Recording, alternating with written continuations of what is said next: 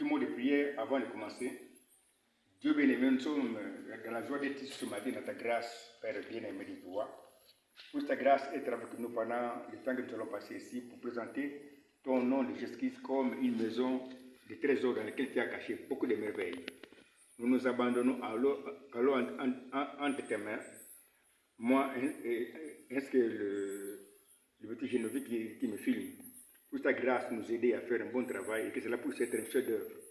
Nous te le demandons au nom du Seigneur Jésus-Christ pour la gloire de ce nom. Amen.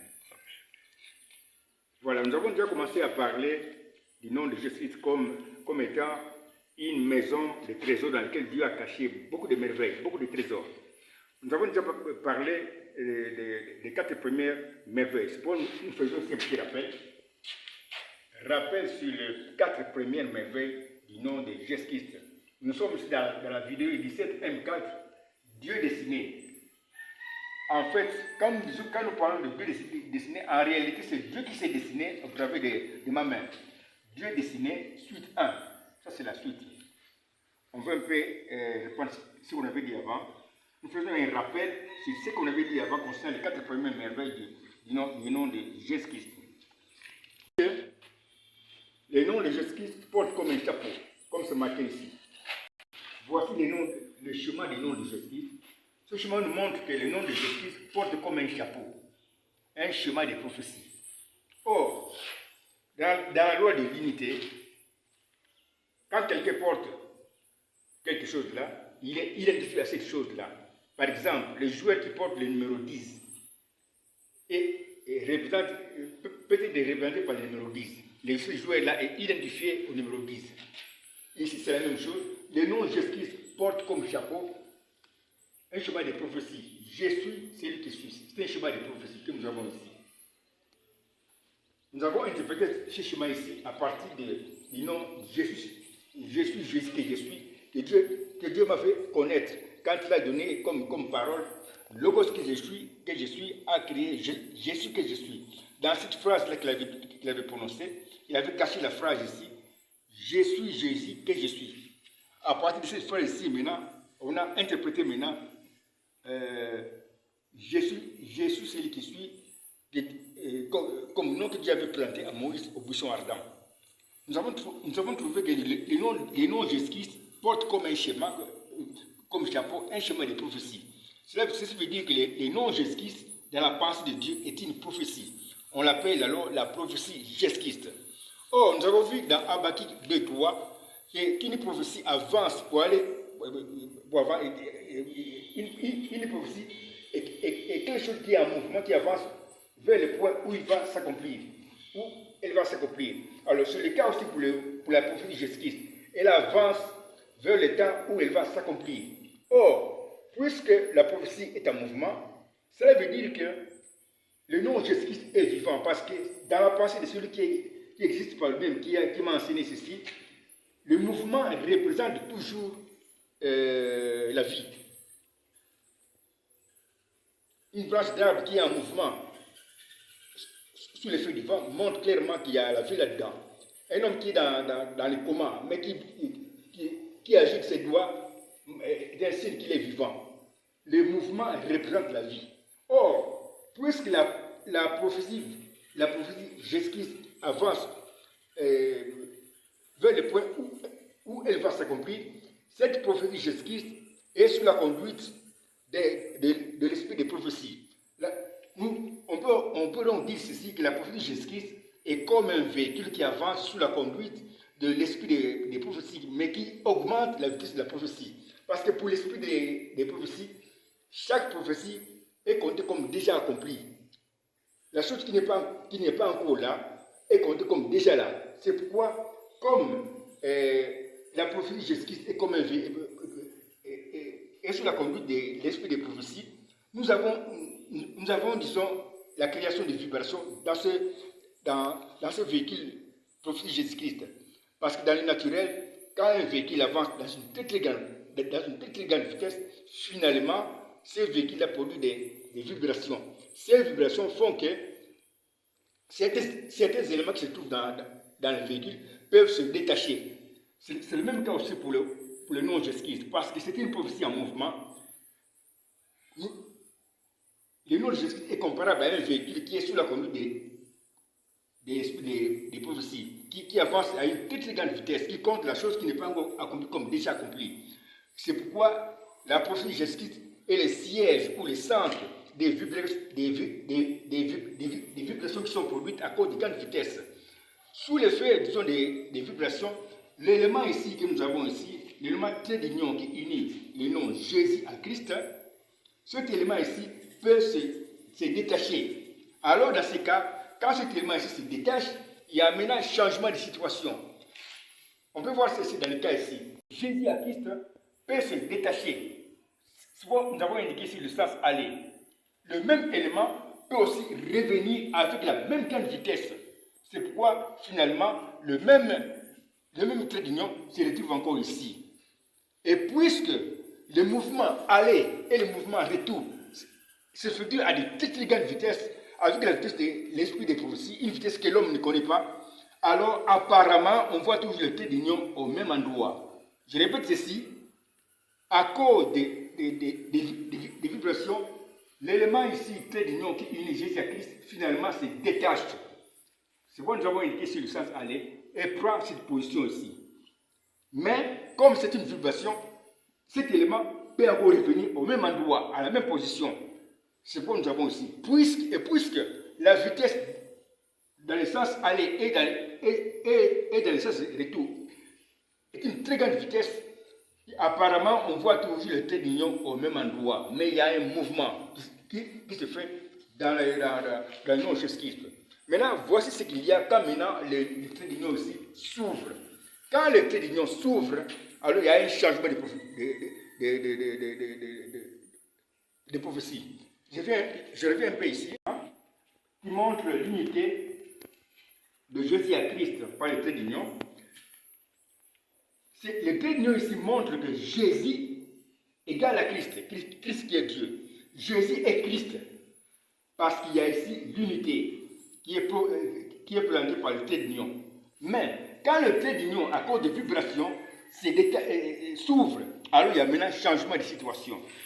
On va voir ça ici.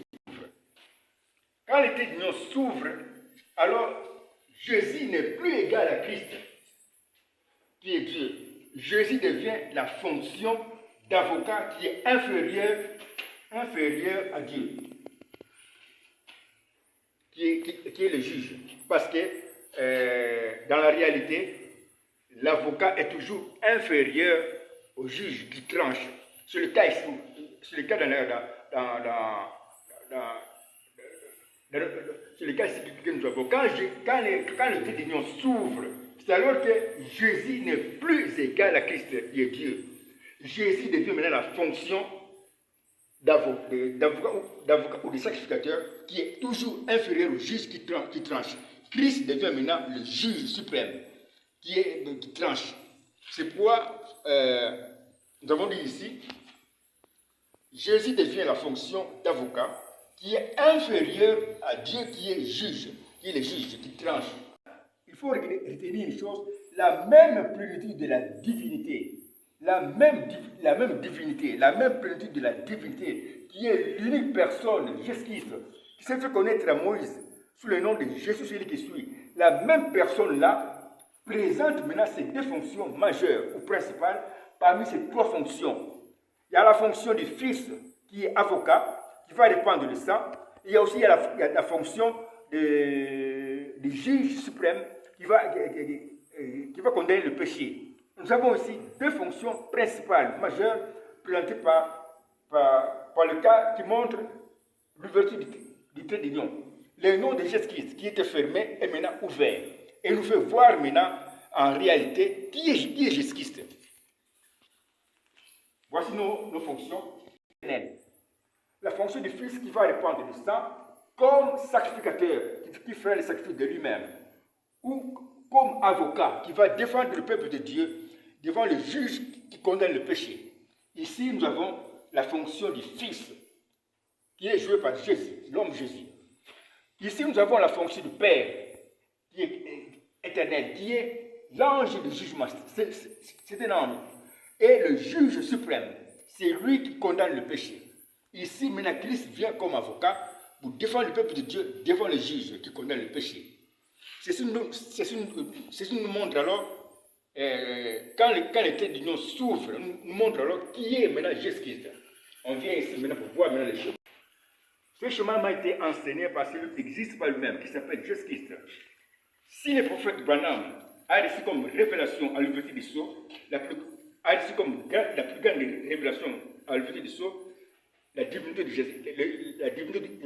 Jésus-Christ, la plus grande, comme la plus grande révélation, moi, par la grâce de Dieu, j'ai reçu comme le plus grand dessin que Dieu m'a donné à dessiner ce chemin ici. C'est lui-même qui a dessiné cela par ma main, qui montre clairement qui est Jésus-Christ. Ce dessin ici répond à la question qui est réellement Jésus-Christ. Nous avons ici, à l'ouverture du trait d'union, ça c'est le trait d'union, qui était d'abord à cette position ici, mais encore des vibrations qui s'ouvrent. Quand le trait d'union s'ouvre maintenant, le même Dieu, la même divinité, nous présente maintenant deux fonctions principales, majeures, parmi ces trois fonctions. Jésus est la fonction de Fils, qui va répandre le sang comme avocat, pour défendre le peuple de Dieu devant les juges qui condamnent le péché. Et Christ, la fonction du Père éternel, le juge suprême qui condamne le péché. C'est bien dit, qui est Jésus-Christ? Le Père éternel qui est l'unique personne, Jésus celui qui suit, qui va raconter Moïse au buisson ardent. Qui est réellement Jésus-Christ? On peut répondre à la question. Jésus-Christ, qu'on a dessiné ici, c'est le Père éternel. Voici le Père éternel. C'est le Père éternel qui a raconté Moïse au buisson ardent sous le nom de Jésus, c'est lui qui suit, et qui sera le Fils qui va répandre le sang comme avocat, comme sacrificateur.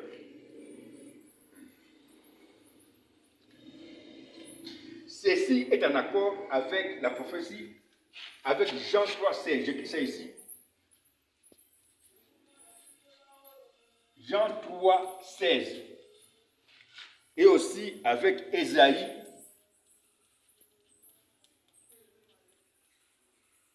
Ésaïe 35, à partir du verset 4. Jean 3,16 dit ceci.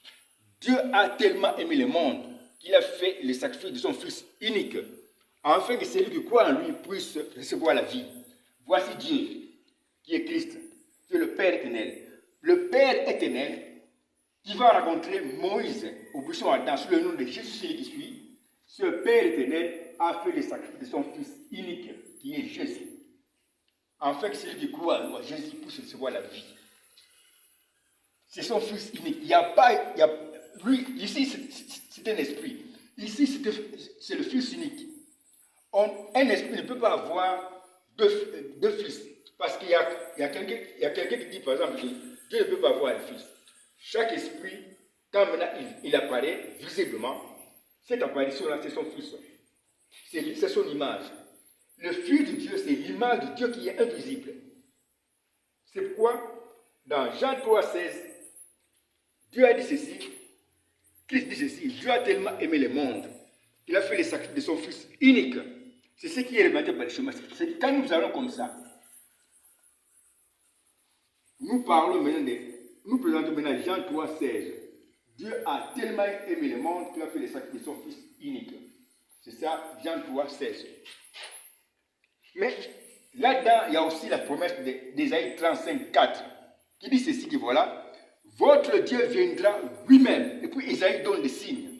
Alors, les aveugles vont recouvrir la vie, les paralytiques vont marcher, les muets vont parler. Cette prophétie qui est donnée ici par Ésaïe 35 s'est accomplie dans la vie du Fils. Ce qui montre clairement que le Fils dont il est question ici, c'est Dieu lui-même, le Père éternel, selon le schéma. Dieu lui-même, votre Dieu viendra lui-même et vous sauvera. Alors, comme signe pour les reconnaître, pour les reconnaître, il va ouvrir les yeux des aveugles, il va faire marcher les paralytiques, il va faire parler les muets.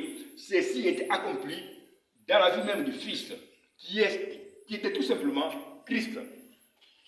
Allah, je suis en train de lire. Ceci veut dire que Allah a donc bien menti quand il dit que moi, le Messie Jésus-Christ, n'était pas mort à la croix. Ça, je suis en train de lire ça. Donc, menti. Allah est donc dévoilé ici comme un grand menteur qui a menti. Allah a aussi menti quand il a prétendu m'avoir envoyé comme son prophète. Parce que le fils qui s'appelle Jésus-Christ, le fils ici s'appelle Jésus-Christ. Le fils qui s'appelle Jésus-Christ est envoyé par son Père éternel, qui s'appelle aussi Jésus-Christ. C'est pourquoi, dans ma prière de Jean 17, j'ai bien dit au verset 6, j'ai fait connaître ton nom. C'est Christ qui parle à son Père. Je fais connaître ton nom aux hommes que tu m'as donnés du milieu du monde. Le Fils et le Père ont le même nom, Jésus-Christ. Allah a donc menti. Il n'a jamais envoyé Jésus-Christ. Nous pouvons appeler ce chemin de Dieu le chemin test de la Bible. Ce chemin ici, qu'on a dessiné par Dieu lui-même, on peut aussi l'appeler le chemin test de la Bible. Tu peux prendre la partie d'ici jusque-là pour montrer clairement jusqu'en bas. Recule un peu. De là, jusque-là, pour montrer très bien le chemin. Ça, c'est le trait d'union qui était à ce niveau ici, mais à cause des vibrations. Le chemin test de la Bible comme véritable parole de Dieu, c'est-à-dire le chemin qui teste la Bible comme étant la parole de Dieu. Parce qu'il y a un accord parfait entre Dieu qui est destiné, ça c'est Dieu qui est destiné.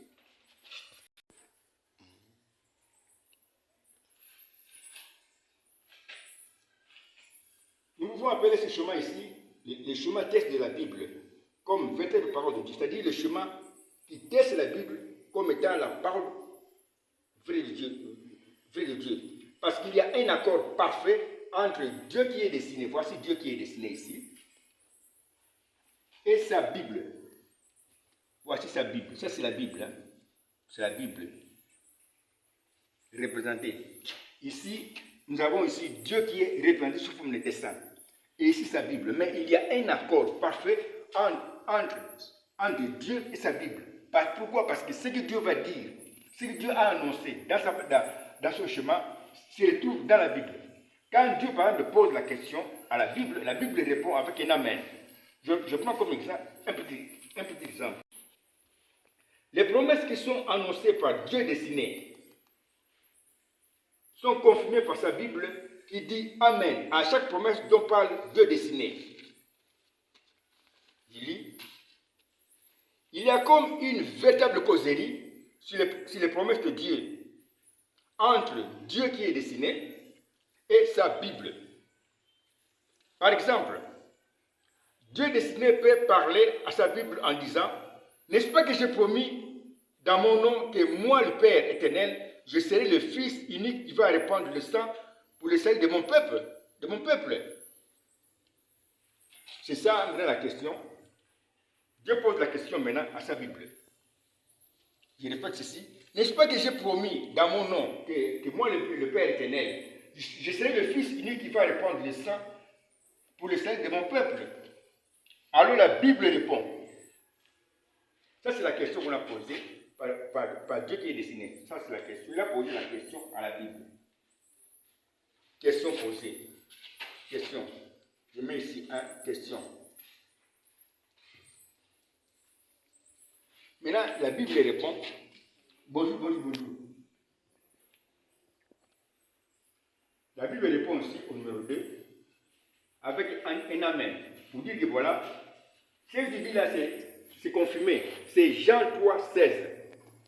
Parce que Jean 3, 16 dit ici, Dieu a tellement aimé le monde qu'il a fait le sacrifice de son Fils unique. En fait, celui qui croit à ce Fils-là peut recevoir la vie. Cela est en accord avec ce que nous avons dans le chemin. Dans le chemin, nous avons ici le Père éternel qui avait fait le projet d'être lui-même le Fils qui va répandre le sang pour être alors un avocat qui va défendre le peuple de Dieu devant le juge qui condamne le péché. C'est en accord avec la Bible. Il peut encore poser une autre question. La Bible répond aussi dans Ésaïe 35, 4. C'est confirmé dans Ésaïe 35, 4. Ici, la Bible a répondu par un Amen dans Jean 3, 16. Et aussi dans Ésaïe 35, 4. On a déjà parlé de cela. Il y a encore une autre question. Dieu destiné peut dire, n'est-ce pas que j'ai promis dans mon nom que ça c'est le nom de Jésus-Christ. Hein? N'est-ce pas que j'ai promis dans mon nom que le Fils est le chemin qui passe par Jésus celui qui suit pour arriver au Père. On a promis ici dans le chemin du nom de Jésus-Christ que le Fils, c'est le chemin qu'il faut suivre pour passer par Jésus celui qui suit et arriver maintenant au Père éternel. Alors, Dieu pose la question à sa Bible. N'est-ce pas que j'ai promis que le Fils sera le chemin qui fera passer par Jésus celui qui suit jusqu'au Père éternel? Alors la Bible répond. Amen. La Bible dit ici Amen. Amen. C'est Jean 14, 6. Jean 14, verset 6. Qui dit ceci? Jésus dit ceci dans Jean 14, 6. Je suis, moi le Fils, le chemin et la vie qui mène au Père. Nul ne peut arriver au Père sans passer par moi. La Bible confirme ceci dans Jean 14, 6 et aussi dans la vision de l'échelle vue par Jacob. On va dessiner une précision concernant Jean 14, 6. Jésus est le chemin, la vérité et la vie. Nul ne peut arriver au Père sans passer par moi. C'est ça ici. Voici notre chemin. Nous allons comme ceci.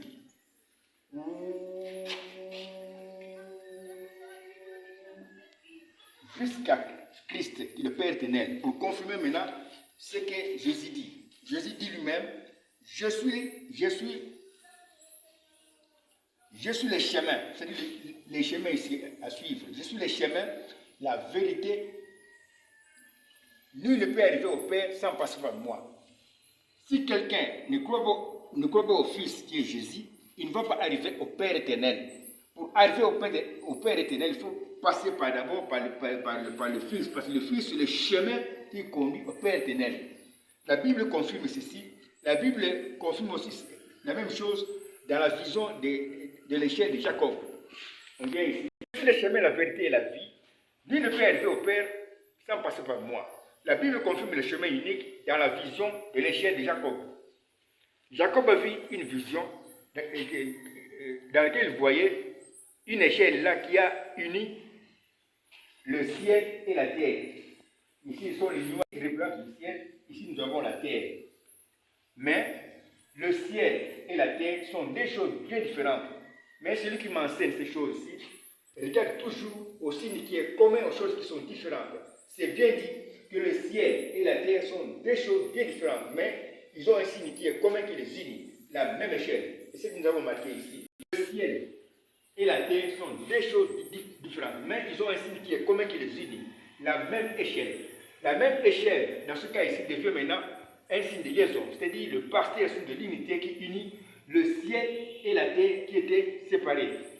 Par cette liaison, par cette unité, la même échelle ici donne maintenant une prophétie. Nous avons ici un schéma de prophétie qui est ici écrit dans une langue là qui est inconnue aux anges. Parce que ce schéma ici était dessiné d'abord dans sa propre pensée, dans la pensée de celui qui existe par lui-même. Nous avons trouvé un schéma qui montre l'unité du ciel et de la terre par la même échelle. Celui qui m'enseigne ces choses m'avait enseigné ceci. Quand nous avons un schéma de prophétie, comme dans le cas ici, un schéma qui montre l'unité du ciel et de la terre, on peut prolonger ce schéma à partir seulement du signe qui est entre parenthèses. Ici, par exemple, nous avons entre parenthèses la même échelle. On peut prolonger cela. C'est pourquoi je marqué ici prolonger. C'est une façon pour Dieu pour avoir une prophétie qui donne une bonne expression. Quand on prolonge ceci, nous avons maintenant la même échelle ici à côté. La chaîne maintenant est comptée dans la prophétie. Maintenant, on peut interpréter la prophétie. Suivez-moi. Le ciel ici représente tout simplement Dieu qui reste au ciel.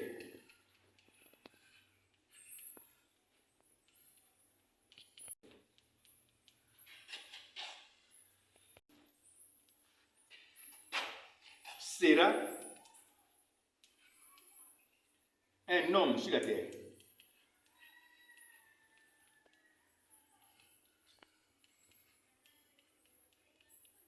Maintenant, se pose une question.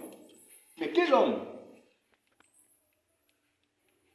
On répond dans le même schéma. Un homme qui sera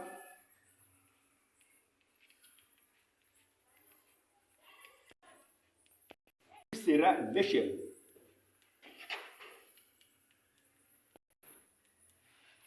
Je répète ici. Le chemin qu'on a trouvé ici donne une prophétie qui était cachée dans la vision de l'échelle de Jacob. Dieu qui reste au ciel et qui est ici, représenté par le ciel, sera un homme sur la terre, qui est ici, représenté par la terre. Mais quel homme? Un homme qui sera l'échelle. Maintenant, on va expliquer c'est quoi ça l'échelle. Je vais dire ça. Comme on a trouvé, disons, dans la vision de l'échelle de Jacob, nous avons vu que l'échelle de Jacob est devenu un signe de liaison ou de l'unité qui a uni le ciel et la terre qui étaient séparés. Parce que le ciel et la terre ont un signe qui est commun qui les unit. C'est la même échelle. Or, celui qui m'enseigne ces choses m'avait enseigné ceci. On peut aussi prolonger une prophétie, un chemin de prophétie, comme dans le cas ici, à partir seulement du signe de l'unité qui est entre parenthèses. C'est pourquoi nous avons prolongé maintenant le schéma. C'est comme ça qu'il m'a enseigné. Quand nous prolongeons maintenant le schéma, disons le chemin, nous avons alors ici, la même échelle devait maintenant aussi quelque chose qui est compté dans la prophétie. Maintenant, nous pouvons maintenant lire notre prophétie, parce que le ciel révèle seulement Dieu qui reste au ciel. La terre révèle seulement un homme sur la terre. L'échelle ici révèle seulement le chemin. Je peux lire la prophétie. On lit la prophétie. Dieu qui reste au ciel sera un homme sur la terre. On pose la question dans le chemin. Mais quel homme? Un homme qui sera l'échelle ou le chemin à prendre. On vient ici pour arriver au ciel et qui sera aussi un signe de liaison ou de l'unité de Dieu et l'homme qui étaient séparés comme le ciel et la terre. L'homme et Dieu étaient séparés comme le ciel et la terre. Mais Dieu a prévu maintenant un chemin, un signe de liaison, c'est Christ le Messie. C'est-à-dire Christ est le ciel pour arriver au ciel et qui sera aussi un signe de liaison ou de l'unité de Dieu et l'homme qui étaient séparés comme le ciel et la terre. Quand ça, depuis le péché d'Adam. Parce que Christ le Messie, parce que le Messie qui sera l'échelle sera à la fois, c'est bien dit à la fois.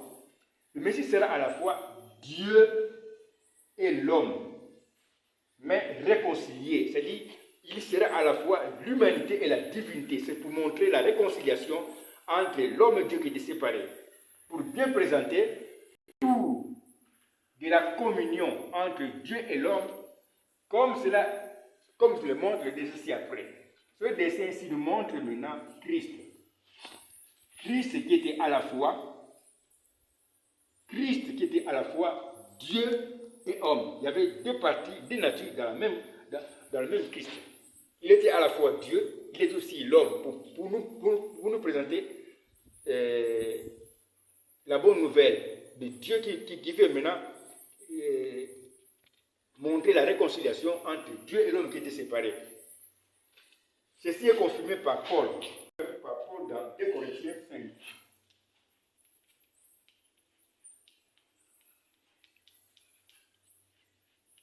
Deux Corinthiens 5. Car Dieu, je dessine d'abord ce chemin ici pour bien montrer ce qu'il dit Paul. Ça c'est Christ. Voici ce qu'il dit Paul dans 2 Corinthiens 5. Car Dieu était en Christ, réconciliant le monde avec lui-même, en n'imputant point aux hommes leurs offenses. Et il a mis en nous la parole de la réconciliation. C'est ce que dit Paul. Paul parle seulement de la divinité de Jésus-Christ, de Dieu qui était en Christ, pour réconcilier l'homme avec lui-même. Pour arriver à Dieu, l'homme doit d'abord entrer en Christ qui va le mettre en contact avec Dieu. Voici l'homme qui veut arriver devant Dieu. Il veut entrer en Christ. Ça, c'est la première action. Il doit d'abord entrer en Christ, qui est l'homme. Ensuite, Christ va le mettre en contact, comme le montre le chemin. Si quelqu'un n'entre pas en Christ, il ne verra pas Dieu. Ça, c'est une vérité là, simple mais clé. Parce que Christ, lui, est le chemin. Comme on l'a vu dans la vision de l'échelle de Jacob. C'est toujours Jean 14, 6. Nul ne peut arriver au Père sans passer par moi. Christ, il n'y a pas de salut. Colossiens 1:10 confirme. Colossiens 1:10.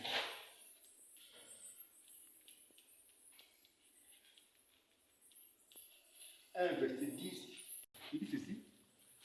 Il a voulu par lui réconcilier tout avec lui-même, tant ce qui est sur la terre que ce qui est dans le ciel, en faisant la paix par lui, par le sang de la croix.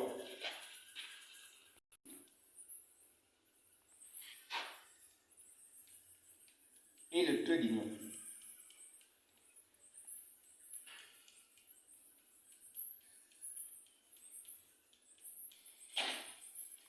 On s'arrête là.